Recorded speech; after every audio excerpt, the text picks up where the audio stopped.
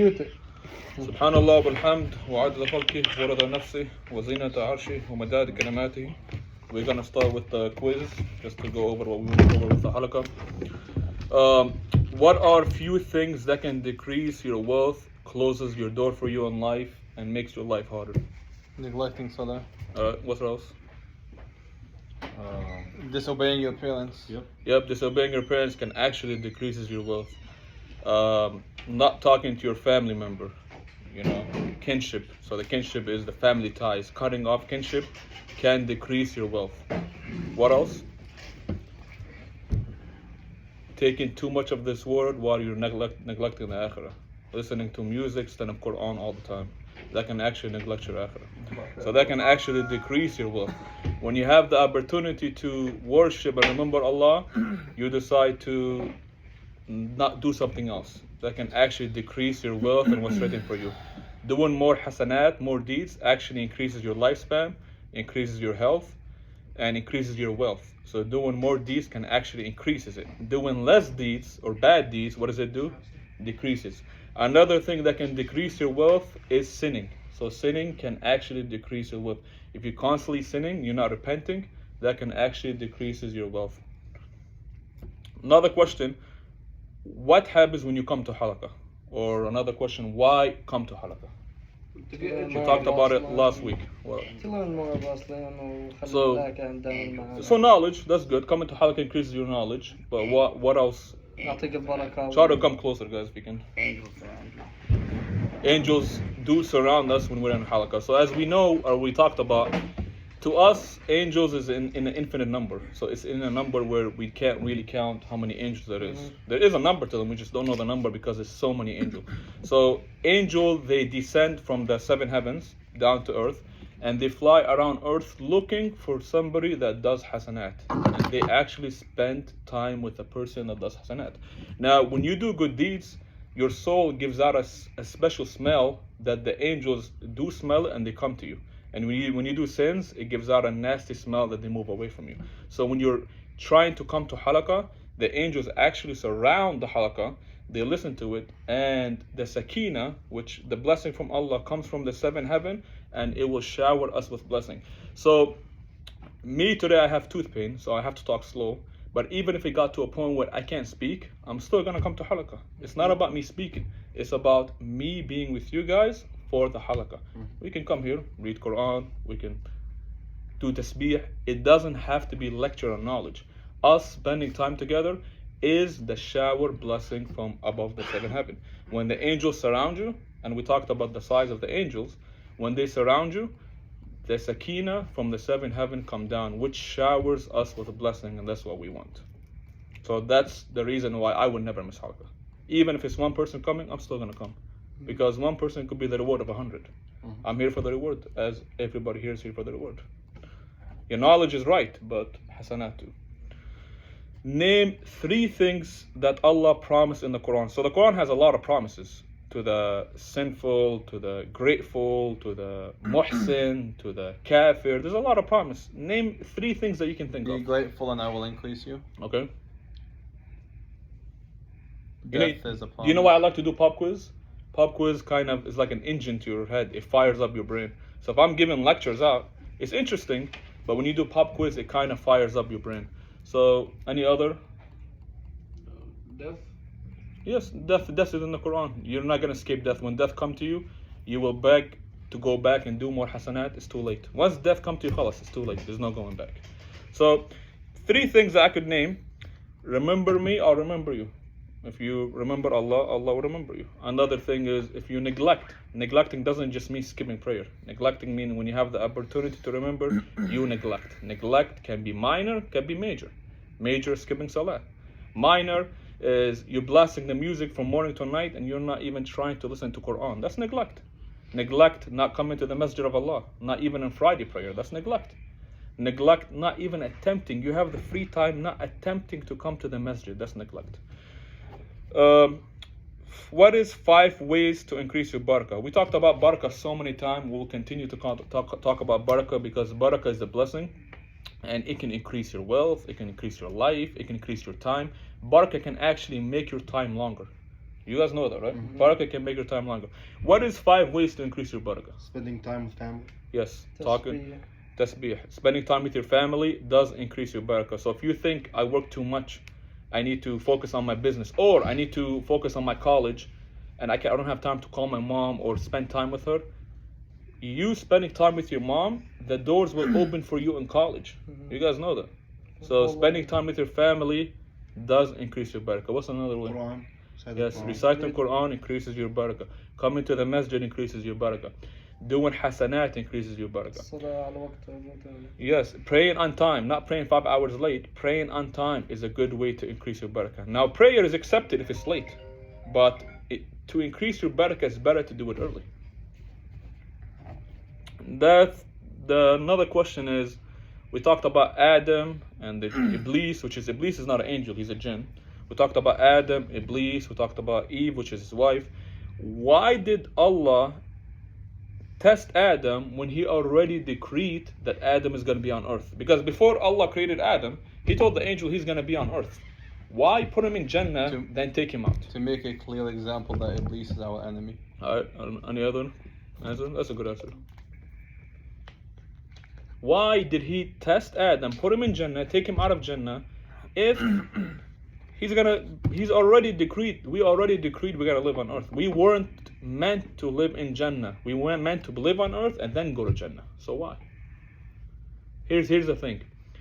If the test never happened with Adam entering Jannah, Adam losing Jannah and going back on earth, if that never happened, we would have never truly understood that shaitan or the whisper you hear in your head, they're not good. The whisper that tells you to do evil. We would have took him as a friend, not as an enemy. Another thing is, it shows us that you can actually lose Jannah. You can actually lose it. If you commit shirk, you can actually lose Jannah. Yeah, you want to let them know we're close. Just let them know we have a meeting, so we're close. So you can actually lose Jannah if you decide to go the wrong path. Sorry? We close at 8, that's why. Close? Yeah, 8 o'clock.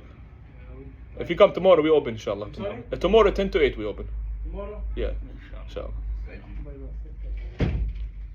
So, this shows us that you can actually lose Jannah infinite. So if you decide to worship a cow or worship anything other than Allah, or you still worshiping Allah, but you're not worshiping in the right way, you can actually lose Jannah. And some Muslims will end up going to Jannah, but some people who worship a cow or a dog or a stone will never enter Jannah. Once we get to the story prophets, we will understand what does it mean to have the shaitan as an enemy. Another question: Who comes first or above? Angels, humans, or jinns? Angels. Humans. Oh, he said angels. He said humans. Because humans have free will, angels don't have. Any other thing? Human jinn? Jinn comes first. أنا بيجي أول يعني أنا who's on top يعني. لا أول. Not who was created first. So my answer is I believe humans come first because, in my opinion, humans they have free will and they're more intelligent. كيف يعني So who's on top? Who highest to Allah? priority Who is more important to Allah? Who is on top? We have more بس knowledge. الهيومن والجن المفروض يكونوا متساويين. They have So- free will, but humans have. So a here's the smaller- thing: Okay. if angels don't sin, how would a human go on top of angels? That's a good question, right? Angels don't sin. They can't sin because they don't have a free will to sin.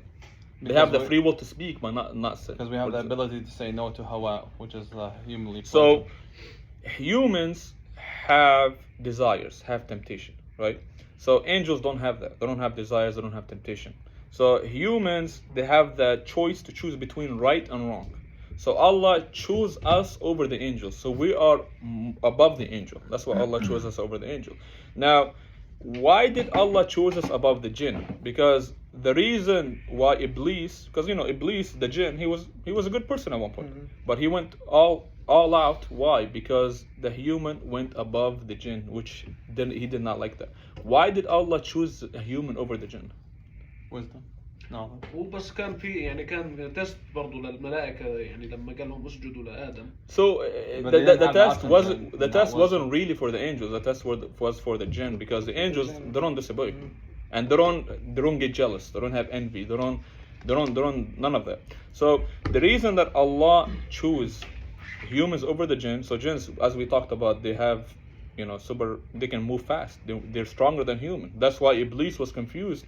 This clay, this human, what's so special about him? There's nothing special. But Allah say, Karrabna Bani Adam. We have chosen the human, the top.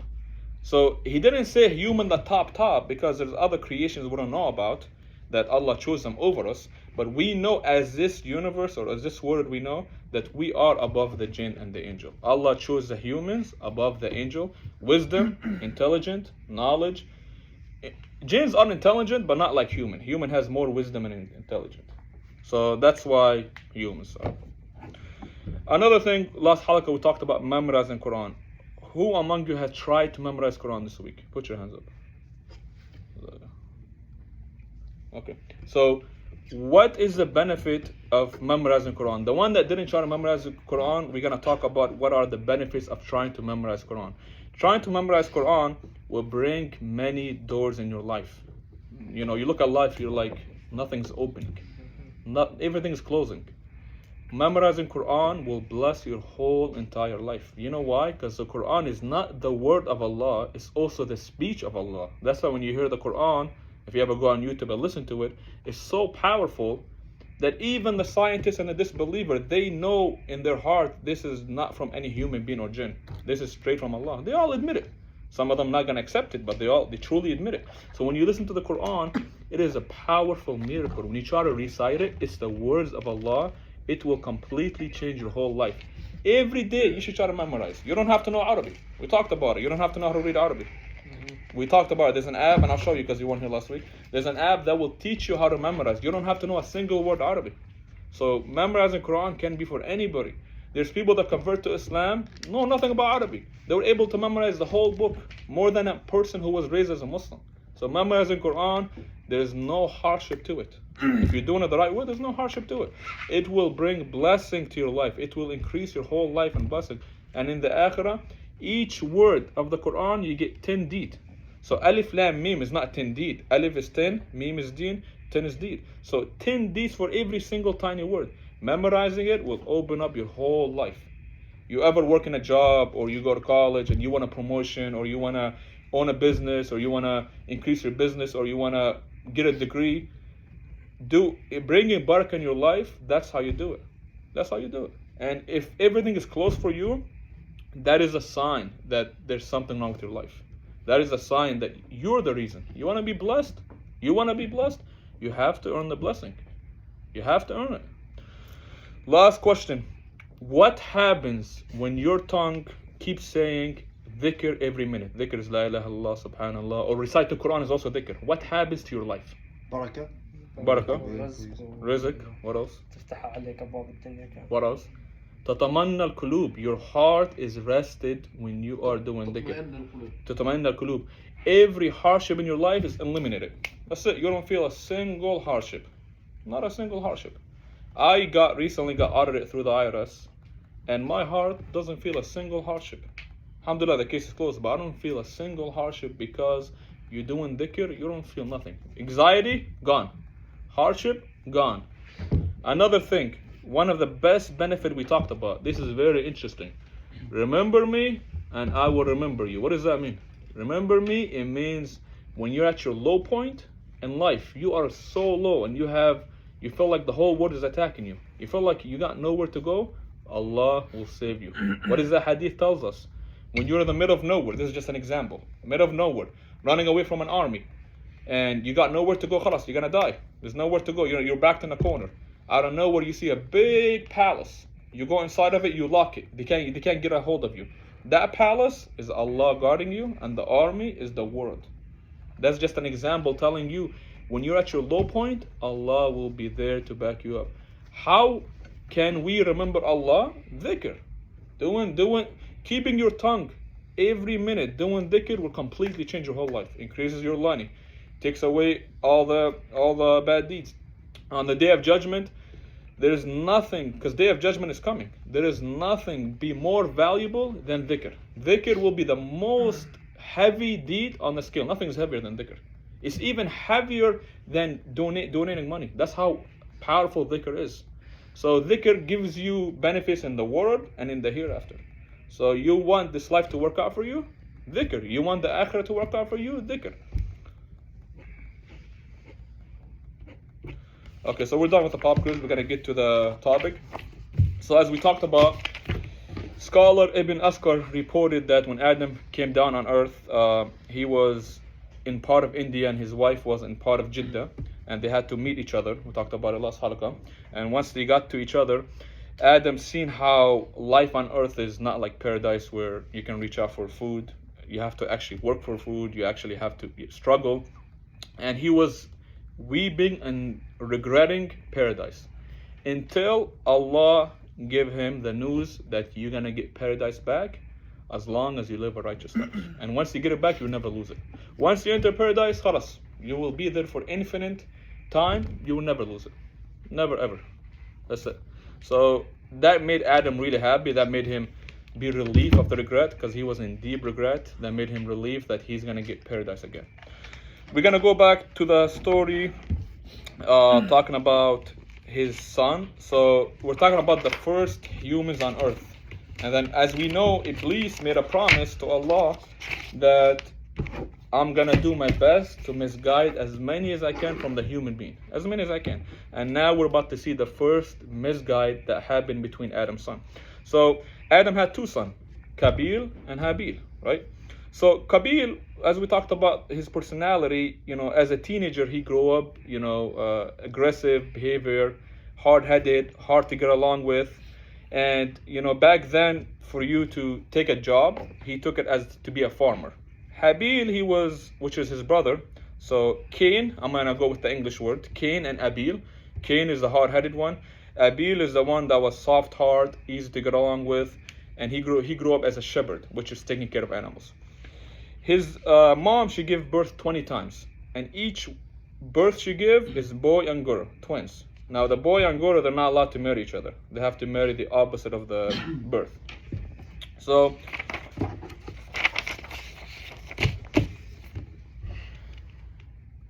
Abel, he was intelligent, he was obedient. Cain, he was ignorant, selfish. He was disobedient to Allah. As they got older, marriage is coming up. And Cain is supposed to marry who?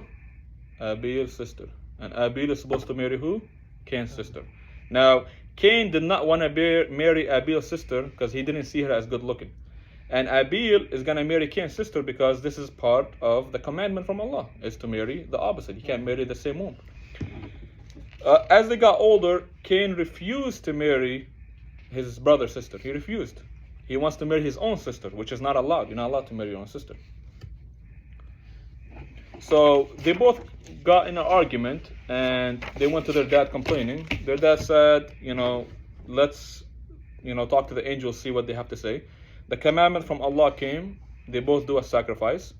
And whoever sacrifice gets accepted is his commandment. So of course, as we know, Abel's sacrifice got accepted because Abel is doing the right path. Cain got so angry. He didn't like that. He got so angry with his brother. He said, I'm going to strangle you to death. His brother said, oh, my brother, if you try to choke me or kill me, I'm not going to fight back. Do what you want. But if you are obedient to Allah, maybe He'll give you what you want. Because, we believe that Allah ends up giving us what we want in a halal way. He'll give you what you want. His brother didn't like that. His brother left. Now, as time passed by, his brother Cain wanted to kill his brother. But at the time, death never happened. So they don't know what death is. Now, they know that, you can slaughter a sheep to kill a sheep, but there's no such thing as killing a human because that never happened. So, when his brother was sleeping, now, Cain didn't intend to kill his brother right away because he didn't take a sword with him. So, when his brother was sleeping and he was stalking his brother, so he would watch what his brother is doing, he's trying to tempt his eyes. You know how you ever seen the Psychopath show where a person doesn't want to do a crime, but he wants to watch it to satisfy his eyes? Yeah. So Cain was satisfying his eyes. Oh, I wish I can kill him. Like looking at his brother. Then the shaitan came and said, you see that rock? Why don't you pick it up and throw him? And then Cain was like, Cain didn't want to do it, but then when his shaitan came to him and tried to tell him, look at your brother, he's getting He's getting your sister, he's taking your right, he's doing this, he's doing that. He began to get jealous and anger. So out of anger, he began to lose it. And when you get really angry, you lose it sometimes. He went and picked up the rock and hit his brother and killed his brother. Now, if you look at the story, if his brother really wanted to kill him in the beginning, he would have took a weapon or a sword. But his brother didn't want to kill him, but he wanted to watch with his own eyes what it felt like to kill him. Now, when the shaitan caught him in the moment, the shaitan didn't say, go kill him. The shaitan tempted him, telling him, whispering in his head, telling him, look what he did. He got the best of you. He has this, he has that, he has this. He became to get in rage and anger that he literally got so angry and did an action. Right when he did it, this is your proven evidence. Right when he did it, he began to curse himself. What have I done? He was so regretful. He was so much guilt that he said, woe to me, what have I done? He didn't know what to do. Now he has a dead body in front of him, doesn't know how to bury him. Dead body in front of him, doesn't know how to bury him, doesn't know what to do. He just left the body there. He went carry on his day. His dad began to realize, my son is missing. Where's my son? So he began to question his brother. Where's your brother? Cain said, me? Why should I be responsible for my brother? I don't know what he is. Then his brother began to realize that my dad is questioning too much. I gotta get rid of this body. He goes back to the body. Each time he sees the body, he's extremely remorseful. Extremely, but he's not repenting. That's what made him the way he is. He's not repenting, but he's extremely remorseful. Now, he's looking at his body, doesn't know what to do with the body. He doesn't know such thing as bury, because there's no, at the time, this is the first human that just got killed. He doesn't know that you can bury them. Then Allah sent two birds in front of him, and the bird began to fight each other. Crows, yeah. One bird killed the other and then buried him. So when he seen that, he realized it's a sign from Allah to bury his brother. So he went and buried his brother. After he buried his brother, he was still extremely guilty. Now, he's not repenting. If he's repenting, Allah would have forgiven him, right? Because he did it in such an anger rage. Allah would have forgiven him. But he's not repenting. He went and grabbed his sister and just went much farther place, because they were living on one valley. He went far, far away so his dad doesn't ever find him, to a different valley. The story ended with the two brothers. As we know, Iblis, that was his mission, is to misguide, to try to whisper in our head, to do crimes, sins, and he has accomplished that with his brother. His dad realized his son is, there's something wrong, he knows. His dad became, he felt really, really bad that Iblis got to his son. And the fact that his son didn't repent. And he just went away without repenting, and he still disobeyed Allah by grabbing his sister, because he's not allowed to marry his sister. So he went to the different valley. His mom began to weep and cry a lot. And then Adam realized that the women of the dunya, they cry a lot for their son, which is not a bad thing, but that's when he became to realize. As we know that Adam had 20 children, and then he had another child named Seth, which he's going to be a prophet, the upcoming prophet, who will take over his legacy. When Adam was because Adam lived for 950 years. He was supposed to live for 1,000, but he gave 50 years when he was up in the heaven. We talked about it. He gave 50 years to Dawood. So when death came to him, he said, why you come in early? I'm supposed to live another 50 years. Death told him, do you not remember? And that's why we're called insan. Insan means we're forgetful. We forget. We were created to forget. Approaching Adam's death, before he died, he really wanted to taste the fruit of paradise. So he sent his kids to go on a mountain to find the angels, to ask them to get the fruit of paradise. When they went over there, they told his kids that death is coming to your dad, and we're coming to take his soul. So when death came to Adam, his wife jumped in front of him, and then Adam said, no, move, I'm supposed to die before you. So that's when Adam died. His wife, it was reported she died 2 years later after Adam, and the angels taught him how to do janazah, how to pray over the person that just died, how to bury them. And that was the story of Adam. Now the next story we want to talk about is who is the successor of Adam. So the successor of Adam is the next prophet. His name is Seth. What time is it right now? Okay, I have 9 minutes. The next prophet, his name is Seth, and Seth, there was 50 bracelets relieved to Seth, which is the book of commandments. One of the commandments, khalas, no more marrying your sister. Even if she's the opposite womb, you're not allowed to marry your sister, because now you have many generations that you can marry from each other, so you're not allowed to marry your sisters. That was the commandment relieved to Seth.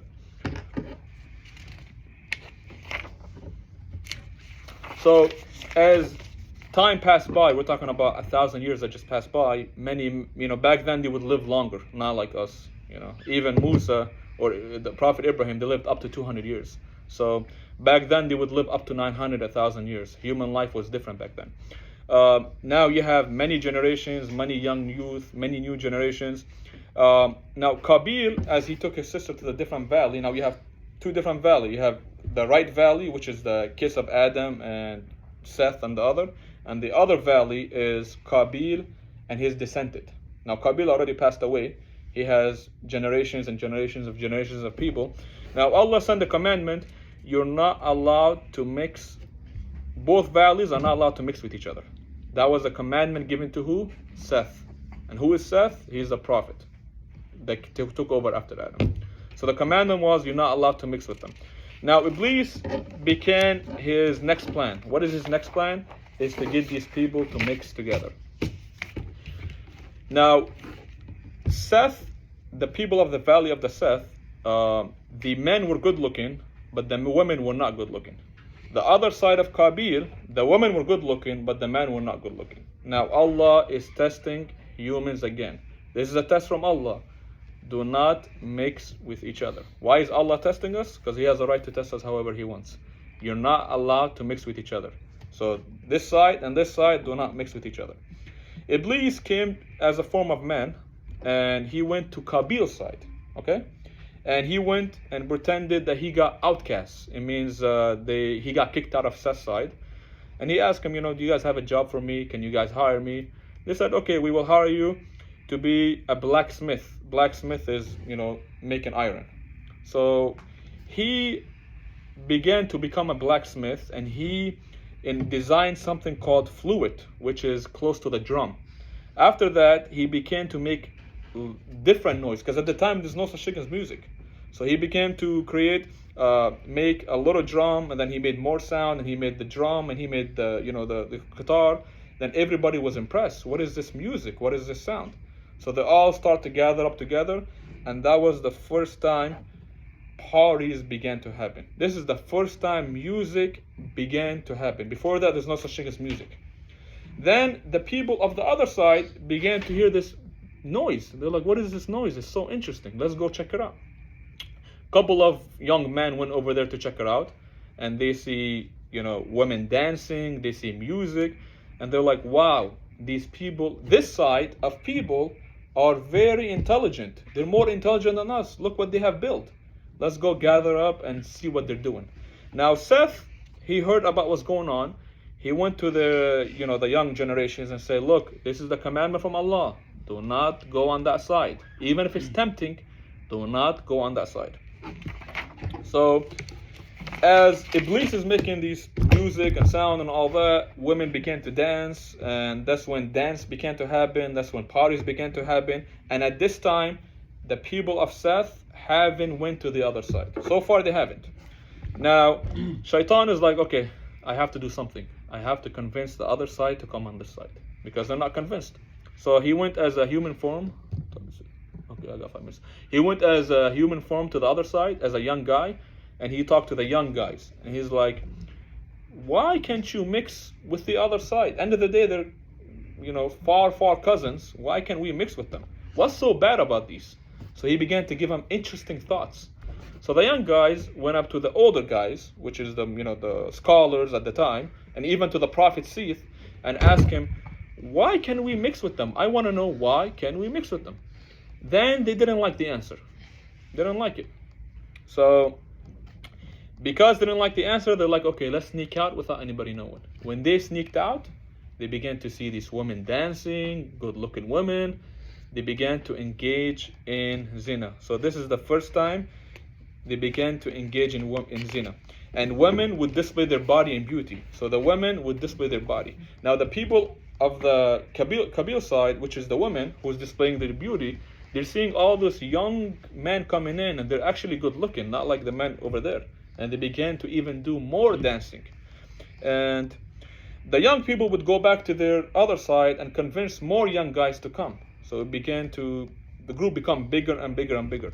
It got to a point where they would have late parties, they would have adultery, people who's married would go on the other side to do zina, and this is the first time zina has happened. And women began to do tabruj. Tabruj means displaying your beauty and your body and wearing less clothes. This is the first time adultery has occurred. Now, so far, people are mixing up, they're doing sin, but so far nobody is committing shirk. Everybody's still worshiping Allah. This side and that side, they're still worshiping Allah. They're just committing sins.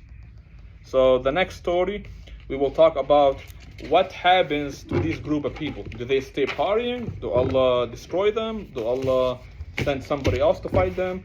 What happens? We will talk about the next halqa. Does anybody have questions? No questions? Okay. Like I said, tasbih, before I finish with this off, tasbih is from your tongue, not from your hand. You're getting reward for remembering with your tongue. This right here is just to keep reminding you to keep doing with your tongue. So if you don't have this with you, it doesn't matter, because you can still do it with your tongue. If you're driving and you can't do it with your hand, you're still doing it with your tongue. The reward comes from the tongue, not the hand. So continue to keep your tongue remembering Allah, and we talked about all the benefits of doing dhikr. Alright, so this is good.